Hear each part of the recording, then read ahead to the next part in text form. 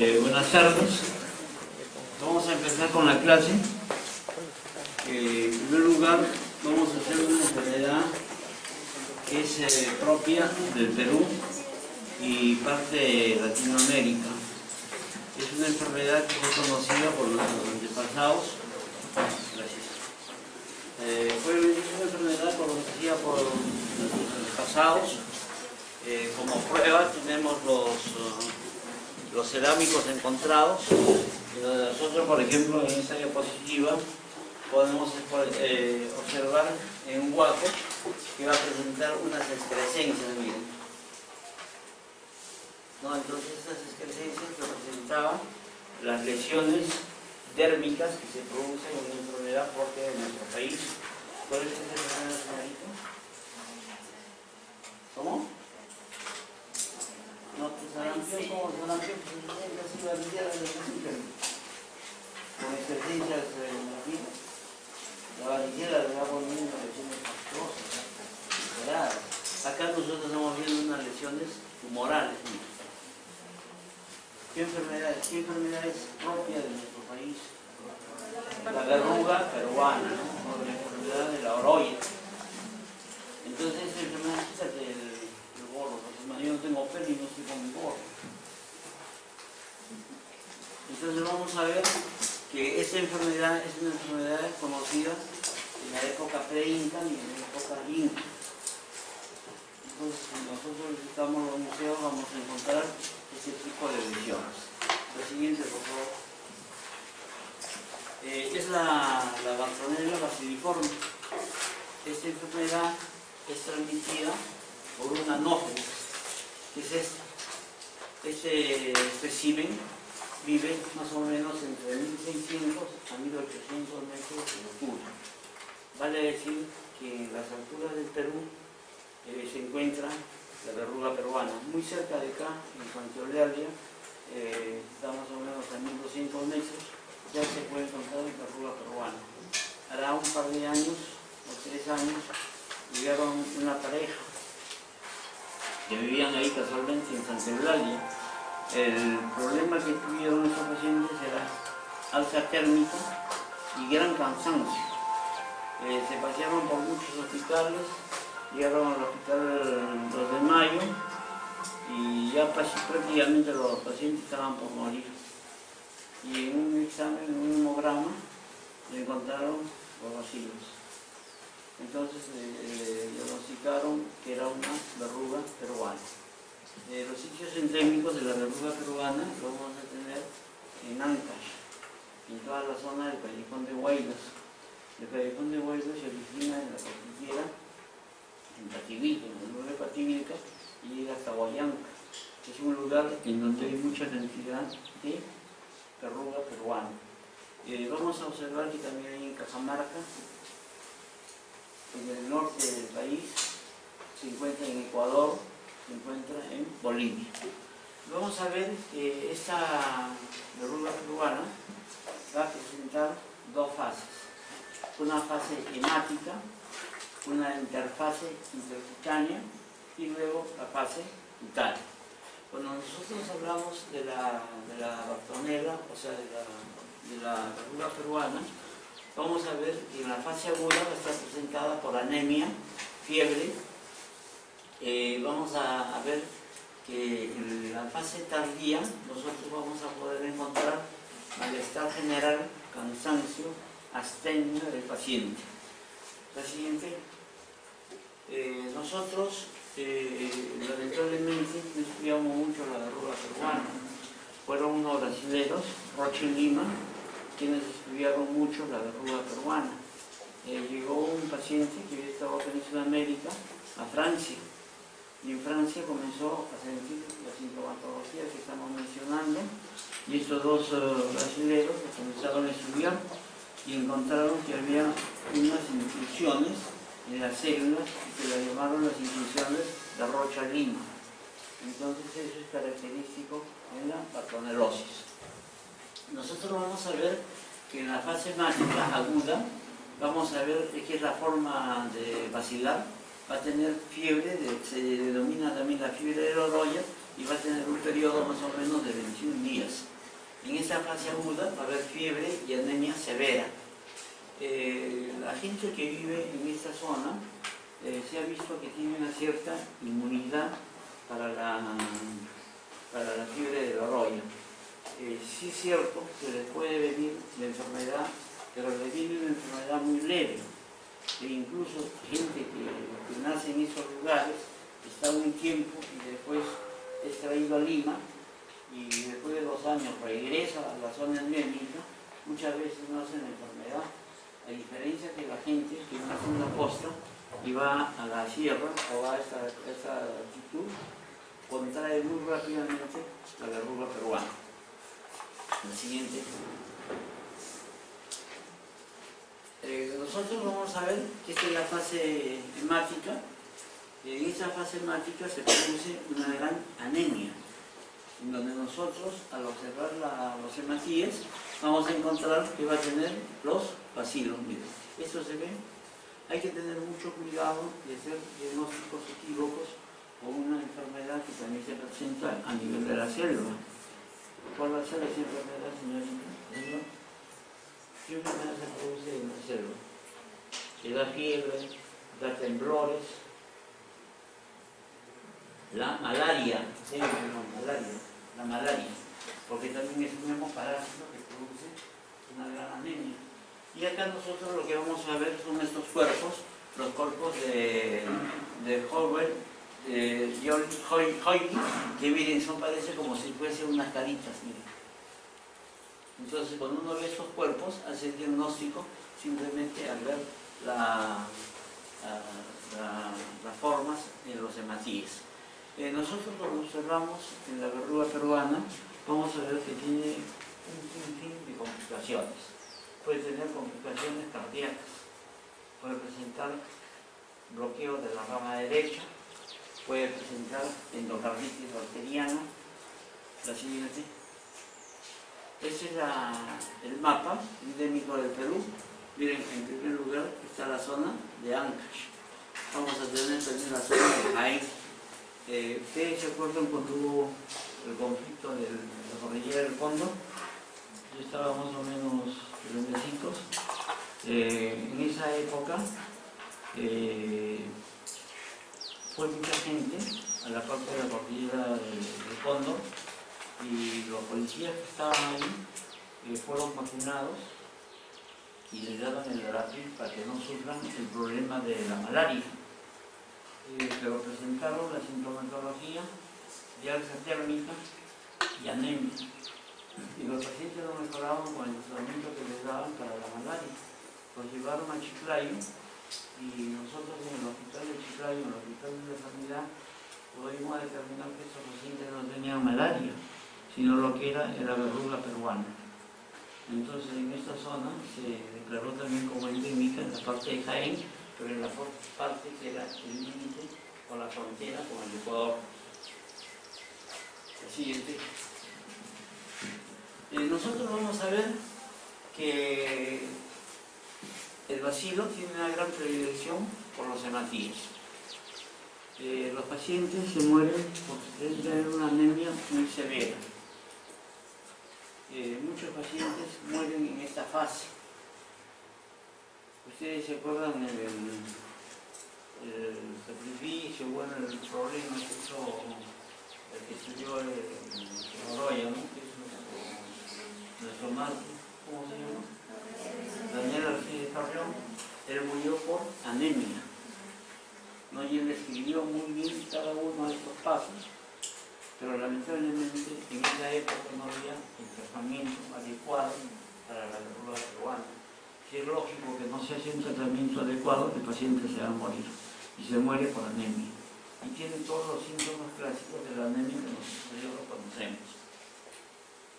La siguiente. Vamos a ver que la gente que vive en la zona, principalmente en la zona de Huaraz, no tanto en Huaraz porque Huaraz está más alto, en Taraz, Mancos, Yungay, es la zona en donde es de preferencia para que se presente este tipo de enfermedad. las personas pueden ser asintomáticas cuando les da el problema de la fiebre de la roya, e incluso no reciben ningún tratamiento y salen del cuadro clínico. Y muchas veces ni siquiera se dan cuenta de que tienen el problema de la enfermedad. Cuando nosotros tenemos la fase hemática o la fase intercalar, ¿qué quiere decir intercalar? Es porque va a intercalar de la fase cutánea con la fase hemática.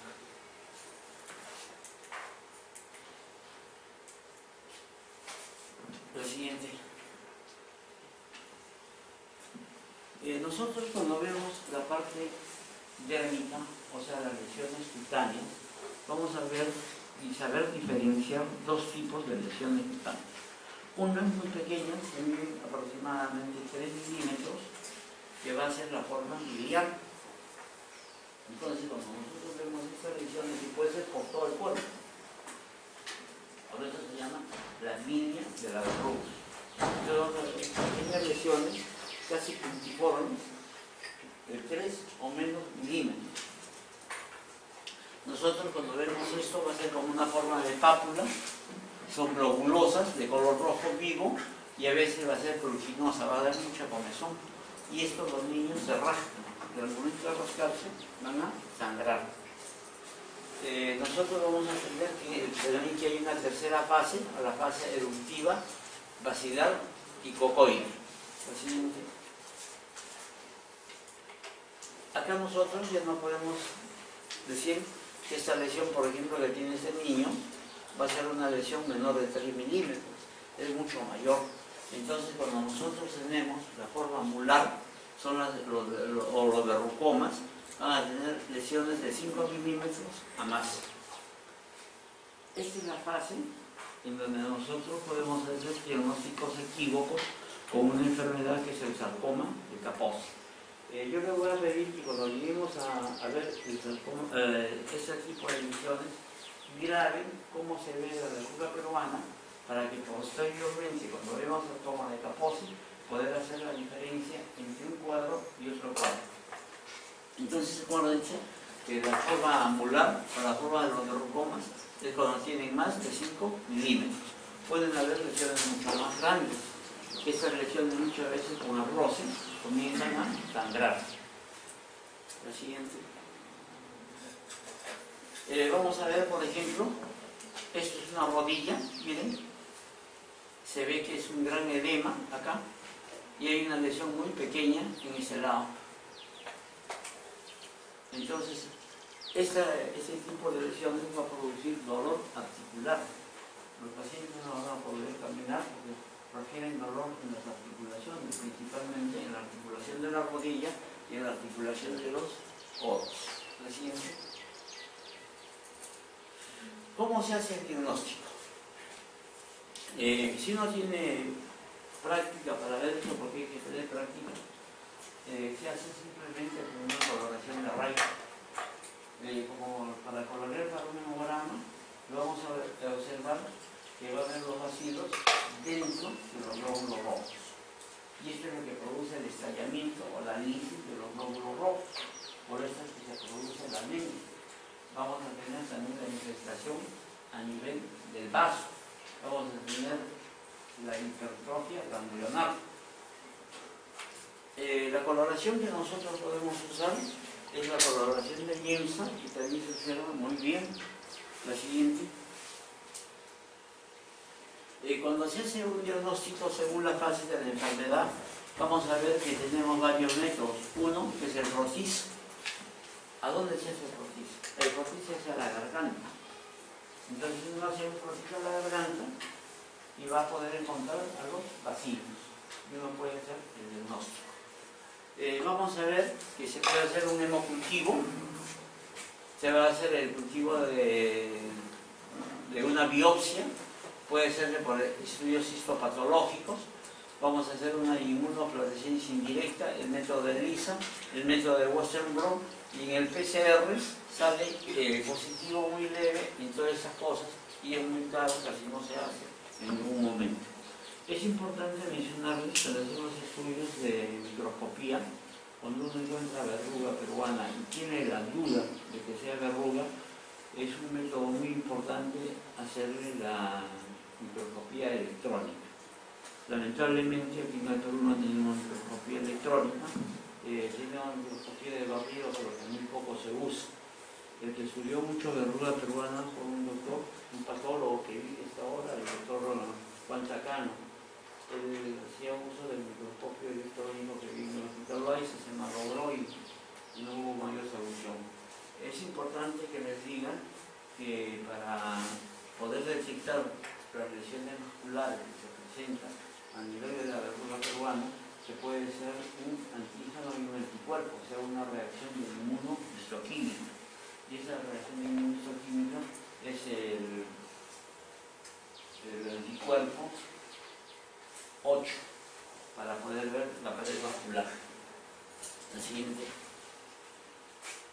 Vamos a ver un ejemplo, un caso clínico. Ustedes, como saben, actualmente es muy importante el conocimiento del caso clínico, lo pueden leer, ¿no? A ver, lea, señorita, por favor. Atiendan, por favor.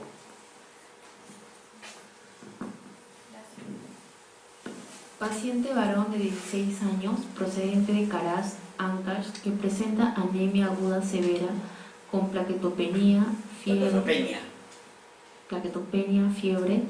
cuadro clínico de insuficiencia cardíaca congestiva con bloqueo de rama derecha según EKG y derrame pericárdico.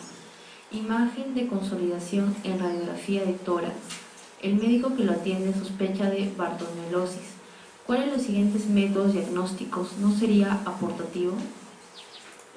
Para hacer el diagnóstico, hemos visto que hay una serie de elementos que nosotros podemos usar, ¿no? Pero como ustedes ven, este ya no es un caso muy reciente, que ya está comprometiéndose incluso la parte cardíaca, ¿no es cierto? Entonces, que ese es un paciente más o menos que es un crónico con una verruga peruana. La siguiente. Entonces, por ejemplo, les plantean estas 5 hipótesis. 1, proceso de sangre, hemocultivo, cultivo de hisopado faríngeo, aglutinación de PCR. ¿Cuál sería la respuesta final?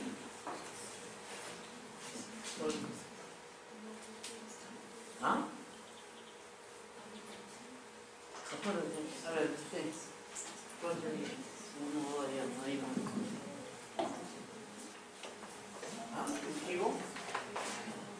Cultivo de hisopado faríngeo, ¿no es cierto? O sea que antes de hacer el cultivo, hacemos un rotis y podemos ver ya los bacilos. Pero puede ser otro tipo de bacilos. Entonces, se hace el cultivo y se determina que es una patología. La siguiente. Vamos a ver que cuando estamos en la fase cutánea, tenemos que hacer la diferencia con lo que viene a ser el sarcoma de Kaposi. Ustedes dirán, pero es diferente, ¿no? Muchas veces pacientes llegan con lesiones que van a ser muy similares a lo que viene a ser el síndrome de Kaposi. Nosotros vamos a ver y vamos a identificar cuando veamos oportunistas en el SIDA, que está haciendo un poco, quizás el año pasado o 2 años, más o menos se pensaba que el sarcoma de Kaposi era eminentemente neoplasia. Actualmente se considera como una lesión viral tumoral a nivel de los vasos sanguíneos. La costumbre es que hasta ahora se le sigue llamando como una neoplasia maligna, ¿no? El sarcoma de Kaposi, que va ligado o asociado a lo que viene a ser HIV, pero también hay sarcoma de Kaposi en personas que son mayores de 60 años y no tiene que ver absolutamente nada con el HIV. Entonces hay que tener presente siempre la edad del paciente es muy importante para poder determinar esto. Vamos a ver qué nos dicen por acá. Cuando nosotros tenemos el sarcoma de Kaposi cutáneo, O sea, cuando se presenta, por ejemplo, a nivel de los miembros inferiores, cuando tenemos en el tórax o tenemos en cualquier parte visible, o incluso en la mucosa oral, no vamos a tener mayor problema. Pero así como se presenta a nivel externo, podemos tener, por ejemplo, un sarcoma de Kaposi a nivel del cerebro. Entonces, como es una lesión vascular, va a producir una gran reacción a nivel del cerebro. No vamos a comparar un sarcoma de Kaposi que se presenta en el cerebro con un sarcoma de Kaposi que se presenta a nivel fetal. Es completamente diferente. Entonces es muy importante la ubicación de las lesiones del sarcoma de Kaposi. Nosotros vamos a la siguiente. Vamos a ver que, por ejemplo, en el sarcoma de Kaposi, nosotros vamos a ver que en la piel, en el pulmón, en el estómago, en el intestino y en la vesícula, ¿no es cierto? El cuadro histopatológico es el idéntico, tanto que el que se presenta a nivel de la piel como el que se presenta a nivel de cualquier otro lugar. La siguiente.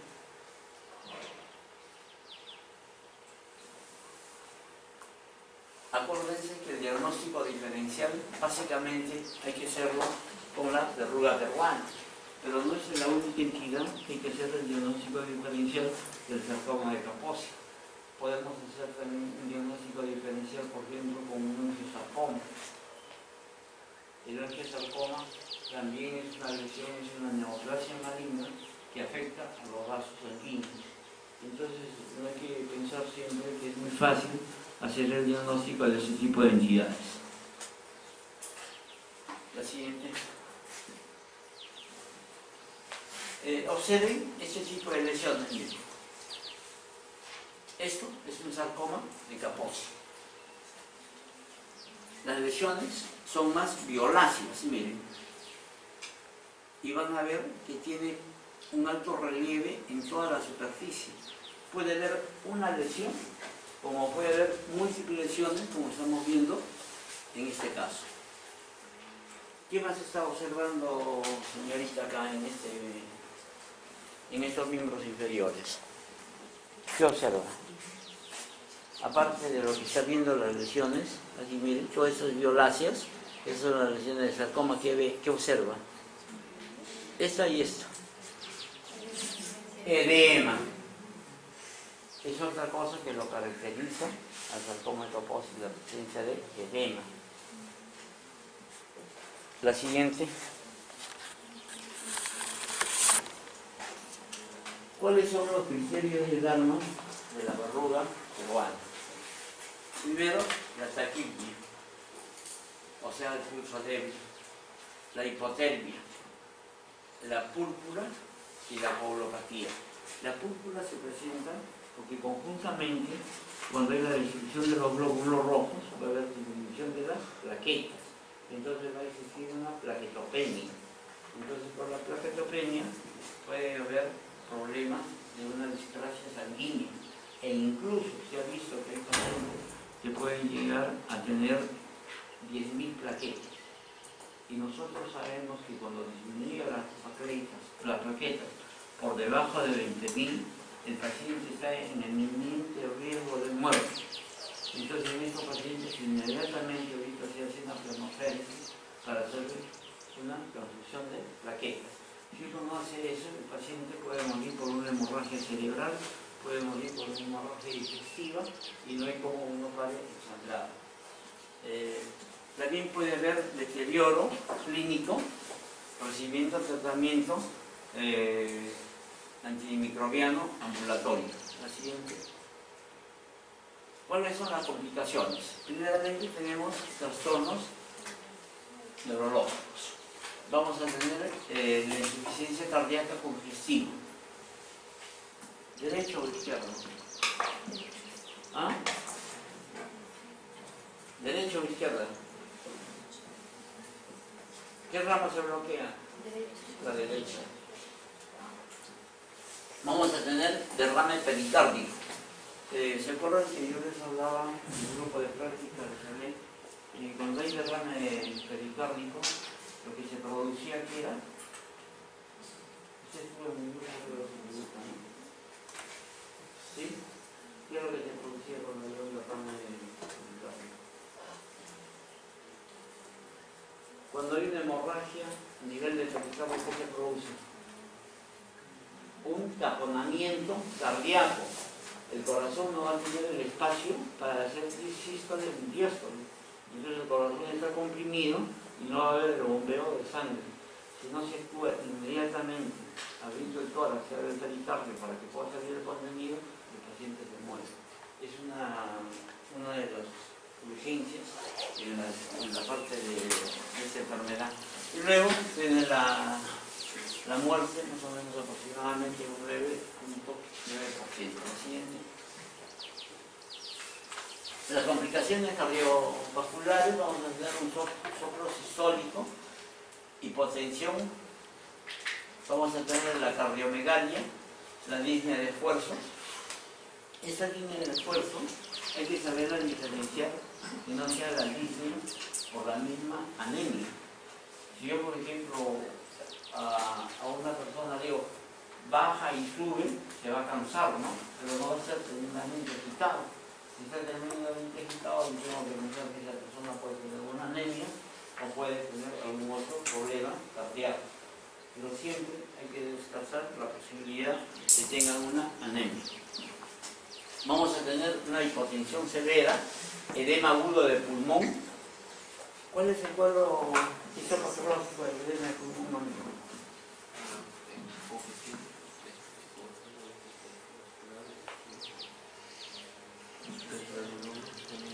Granuloma en el edema. No, edema de granuloma.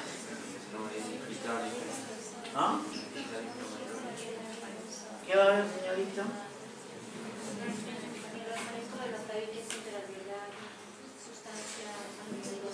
¿Cómo?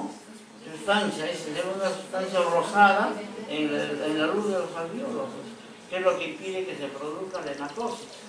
Porque si hay un cuerpo dentro del alvéolo no va a poder realizar la hematosis. Entonces es uno de los grandes problemas que va a existir acá. Vamos a tener palpitaciones, no sé cuando hablan de palpitaciones de qué están hablando, y una taquicardia. ¿Por qué se produce la taquicardia? Es una taquicardia compensatoria. Como el paciente tiene una gran anemia, tiene una deficiencia de una hematosis porque no va a tener una gran cantidad de glóbulos rojos, los glóbulos rojos tienen que circular mucho más rápido, ¿cierto? Y puede tener derrame pleural. La siguiente, por favor. Las complicaciones hematológicas van a ser todas las de la anemia, ¿no? Palidez, anemia severa, púrpura. Cuando yo digo anemia severa, primeramente la anemia nosotros podemos observar pacientes por la palidez de la conjuntiva y la palidez de la palma de las manos, ¿cierto? Vamos a ver que la plaquetopenia puede ser menor de 10.000. Entonces, con eso el paciente puede morirse en cualquier momento. Se está durmiendo y se muere el paciente porque hizo una hemorragia cerebral.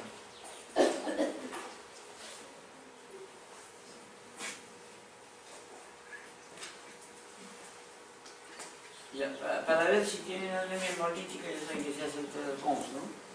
Es igual que la mujer gestante, para ver si tienen el hidroxistosis fetal. La siguiente.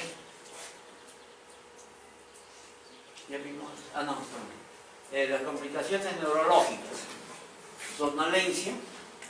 Muchas veces uno confunde la somnolencia con la somnolencia de la anemia. Siempre a los pacientes que están en estado crítico hay que ver las pupilas. Entonces se le ven las pupilas y se van a hacer isocóricas, no isocóricas, normoreactivas, no normoreactivas. Entonces eso nos va a dar un índice de cómo está el paciente, la conciencia del paciente. Vamos a ver que tienen Babinski bilateral. ¿Saben lo que es Babinski, no? ¿Ah? Cuando la planta de los pies se le pasa con una hojita y el dedo gordo se levanta, ¿no? Es Babinski positivo. O si no, en la parte de la tibia se le frota y también hay movimiento de los dedos. Tenemos que puede tener convulsiones, puede presentar coma, puede tener signos meningios, va a tener una hipertensión endocraniana, asterexis, hemiparesia y crisis cerebrosa. Esta hemiparesia se presenta por lo general cuando ya hay hemorragias a nivel del cerebro. La siguiente. Las complicaciones de las infecciones va a ser una bacteremia, va a producir la letalidad. Las bacterianas pueden ser la salmonelosis, va a ser la shigellosis, el estafilococo, el Mycobacterium tuberculoso. Acuérdense que los pacientes que tienen enfermedad de Carrión pueden hacer tuberculosis muy rápidamente. Uno, por su estado inmunológico muy deprimido, es muy parecido a lo que sucede con los pacientes inmunodeprimidos. Vamos a ver que puede tener los parásitos, y entre estos parásitos vamos a tener el Plasmodium vivax, ¿no? Este Plasmodium vivax se va a encontrar bastante en Cajamarca, en Ancash, y el Toxoplasma gondii. Estos parásitos también casualmente se pueden presentar cuando el paciente es inmunodeprimido. O sea, en el SIDA, cuando se enfermedad de SIDA, podemos encontrar el Plasmodium vivax y el Toxoplasma. La siguiente. Si seguimos el cuadro que nos lo lleva al comienzo la lista de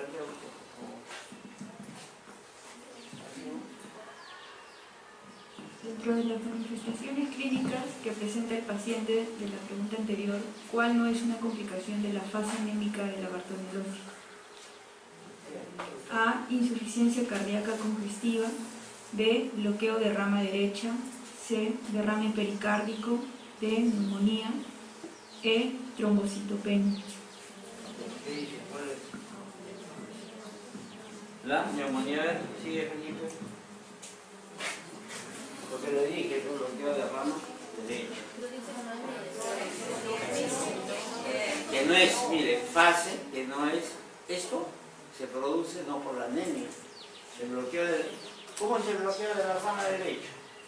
Es el bloqueo del Van-de-His, para que el impulso nervioso no pase hacia las fibras del Purkinje. No se puede hacer la contracción del músculo, eso no tiene que ver con la anemia. La siguiente. Perdón, regresa por favor, regresa a su libro. En cambio, por ejemplo, si vemos insuficiencia cardíaca, sí, hemos dicho que puede ser por la disminución de los glóbulos rojos. Ya, la neumonía también, porque estos pacientes cuando tienen una anemia muy severa son como pacientes inmunodeprimidos. Entonces es muy fácil que hagan cualquier tipo de infección. En cambio, un bloqueo de rama no van a hacer. La trombocitopenia también hemos visto, ¿no? Que tienen disminución tremenda de los trombocitos. Los trombocitos son las plaquetas. La siguiente. Lea usted, señorita, aquí. No, yo creo que... Ya. ¿Cuál de las siguientes infecciones es más frecuente en pacientes con bartonelosis? A. Neumonía por Pneumocystis carini. B. Bacteriemia mucósica. C. Bacteriemia por Salmonella. D. Erupción por herpes zóster. Y E. Neumonía por Haemophilus influenza. Ya, ¿qué dicen? ¿Cuál? Ya, libre, no sigue. Hemos dicho pues, que los pacientes que tienen las salmonelas es una de las causas principales de la bacteriemia que fue la siguiente. Además de la salmonelosis, que otras infecciones secundarias acompañan frecuentemente a la fiebre de Broglia. La sarna ostrosa, la encefalitis viral, la hepatitis viral, influencia, paludismo, tuberculosis, micetoma, leishmania, criptococos y dengue. ¿Cuál? ¿Ah? Paludismo y tuberculosis, ¿no? Paludismo también o la malaria. La siguiente. ¿Quedó? Bueno, hemos hecho un pequeño comentario sobre la verruga peruana. Vamos a pasar al segundo tema. ¿No tienen ya?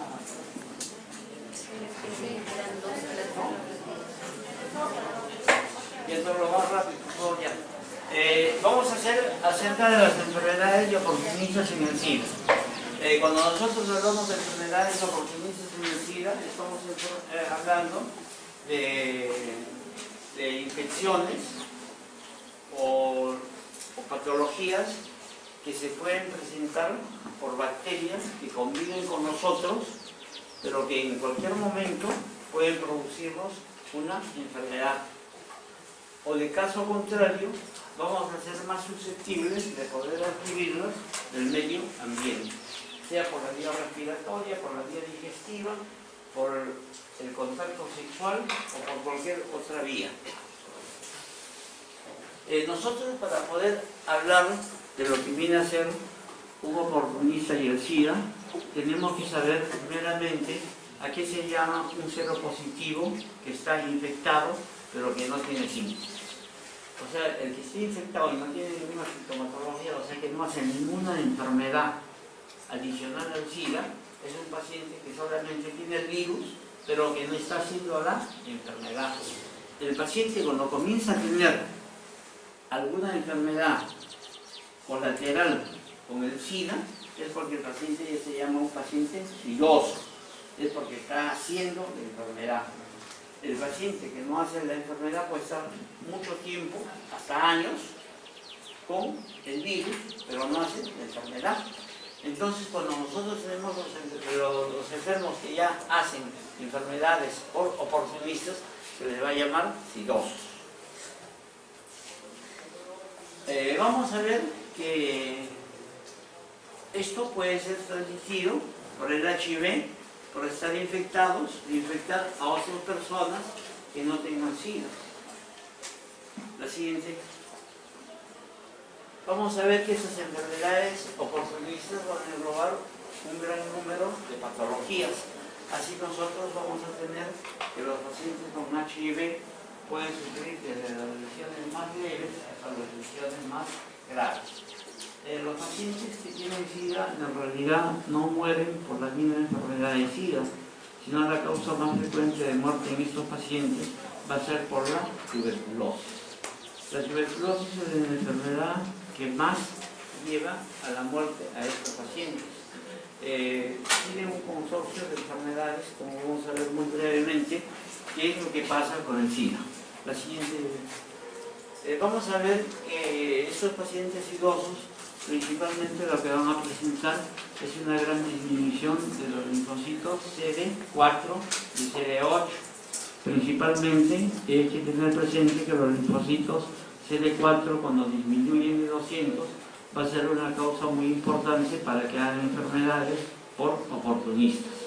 Van a haber algunos oportunistas que necesitan una cantidad menor de CD4 para que puedan aflorar, como por ejemplo puede ser una disminución de menos de 50.000, pero la base es 200.000. La siguiente. Vamos a ver que existen alrededor de 25 enfermedades por oportunistas y vamos a tener, por ejemplo, el herpes simple, la hepatitis, la sinusitis, neuropatía periférica, complicaciones en el sistema respiratorio, inflamación pélvica, problemas ginecológicos, tuberculosis, etcétera de cosas. Vamos a ver que hay marcadores biológicos que van a servir para el HIV-Sida y el recuento de CD4, que mide el estado inmunitario de las cifras del paciente. Felizmente, en la actualidad, los tratamientos que se dan a los pacientes sidosos lo que hacen es mejorar la calidad y la cantidad de CD4. Hasta cuando empezó esta enfermedad, más o menos en el año 67, 68, bueno, la enfermedad ya desde el tiempo, ¿no? Pero en realidad se llegó a proliferar más en estos años. Lo que había eran básicamente medicamentos que atacaban al virus, más no allá a las consecuencias que podría pasar con el sistema inmune, o sea, con los linfocitos, sobre todo con los linfocitos T. Entonces, en la actualidad el tratamiento que se da es para mejorar la cantidad y la calidad de los linfocitos CD4. La siguiente.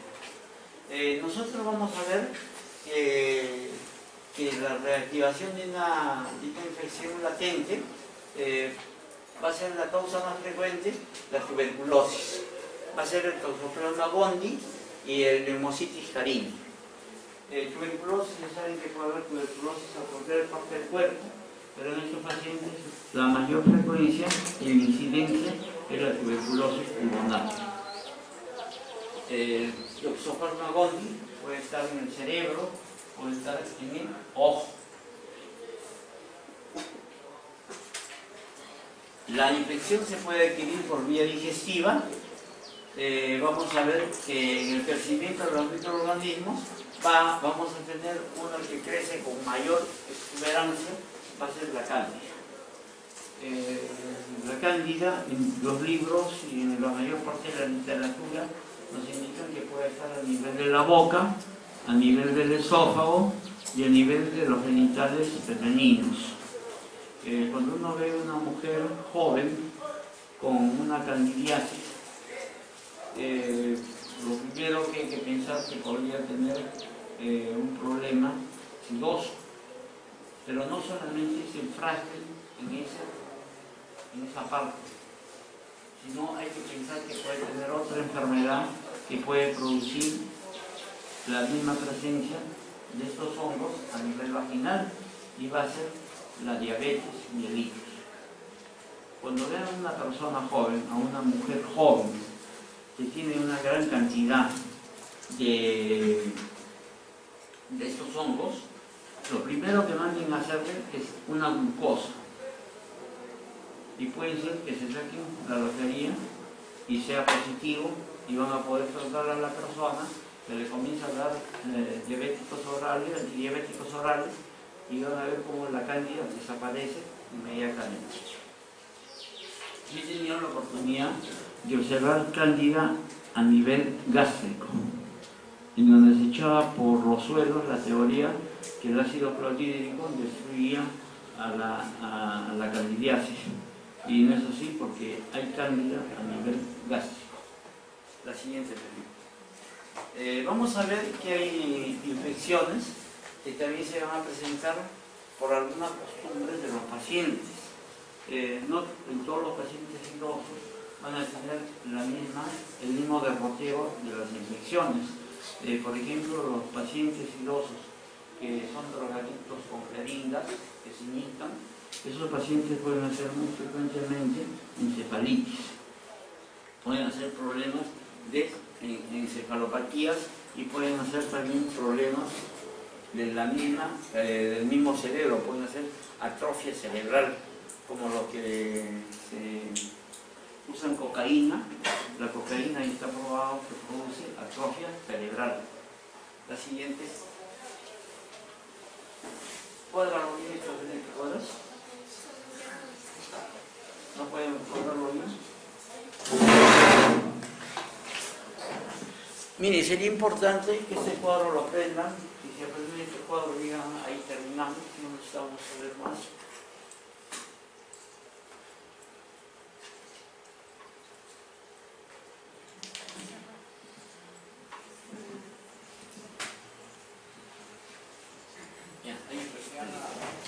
Miren, en este cuadro tenemos prácticamente todo lo que va a producir los oportunistas en el SIDA.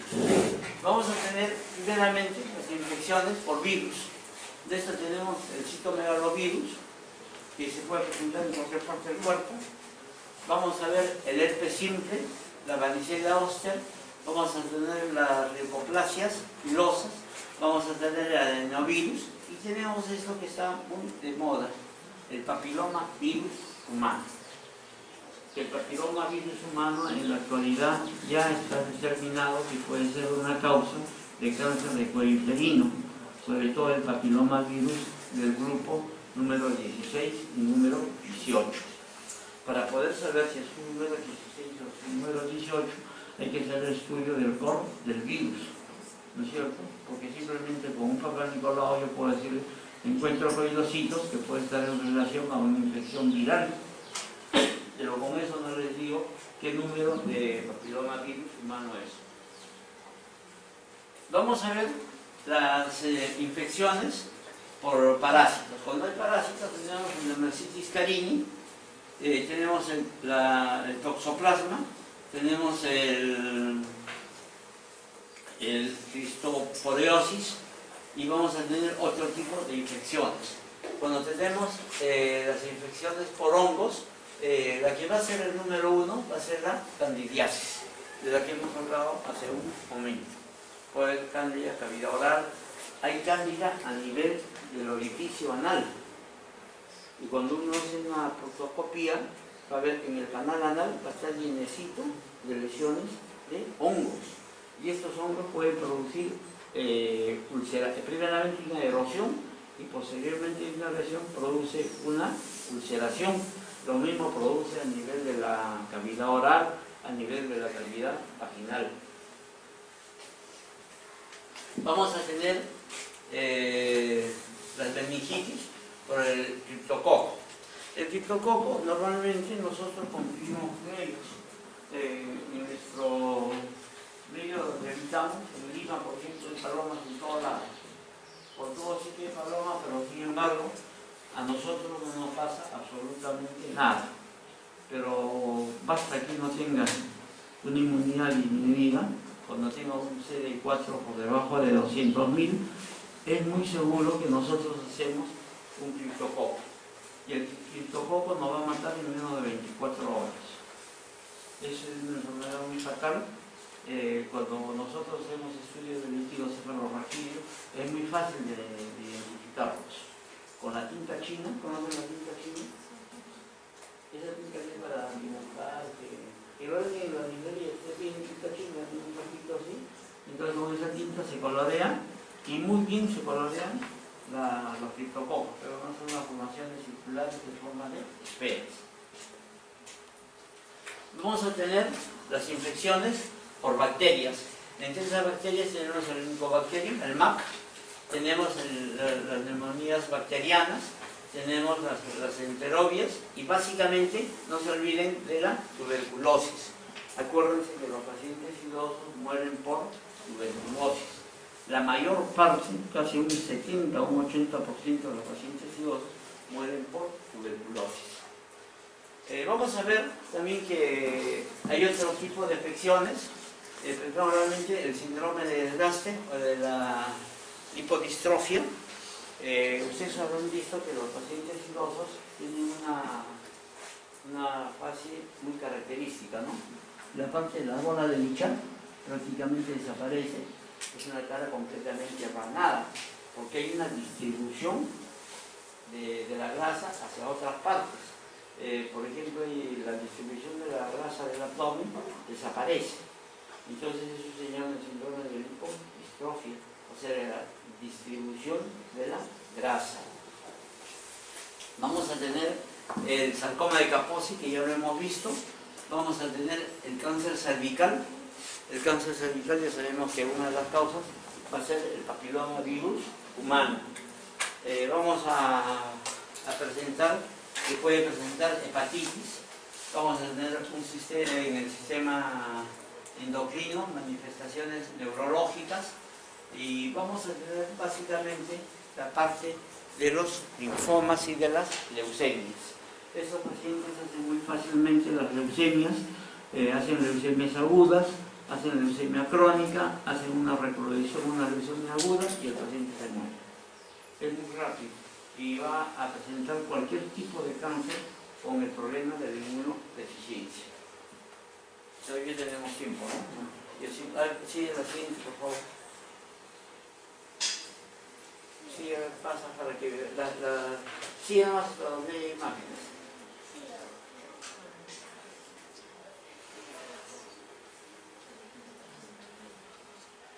Sí. Solo por un tiempo. Sarcoma de Kaposi. Miren. ¿Se acuerdan la lesión que vieron del niñito de la mejilla? ¿No? Usted, por ejemplo, si ve este tipo de lesión y compara con la lesión del niño, ¿qué diferencia encuentra? Bien definido, ya. Con eso ya pueden hacer el diagnóstico. En cambio, miren acá, cómo no es una forma continua. Mira, tiene entrantes y salientes como si fuesen mordidas de ratón. Entonces, si yo veo esa lesión, no voy a pensar en verruga, ¿no? Tendría que pensar en un Kaposi. Este es el cuadro histopatológico. En la verruga peruana también se ve igual, pero las células van a ser diferentes. Acá están viendo esas células un poco alargadas, miren, es como se ven células alargadas y no va a haber casi componente inflamatorio. Entonces, si vemos esto, nosotros le podemos hacer un factor 8, nos sale positivo y decimos que este es un Kaposi. La siguiente. Síganme. Sí, acá. Nosotros cuando vemos eso también la histología del Kaposi, miren acá cómo se ven estas células alargadas, están viendo, ¿no? No son redondas como en otro tipo de lesiones, por ejemplo en la forma de la verruga. La siguiente. Muy parecido a lo que es la verruga, ¿no? Pero acá las lesiones son un poco más claras, como si fuese un poco más transparente la lesión. Miren, y no están pegadas las lesiones. Entonces tenemos acá un Kaposi. Acuérdense que el Kaposi de personas menores de 60 años es relacionado con el SIDA. En las personas que son mayores de 60 años no tienen ninguna relación con el SIDA.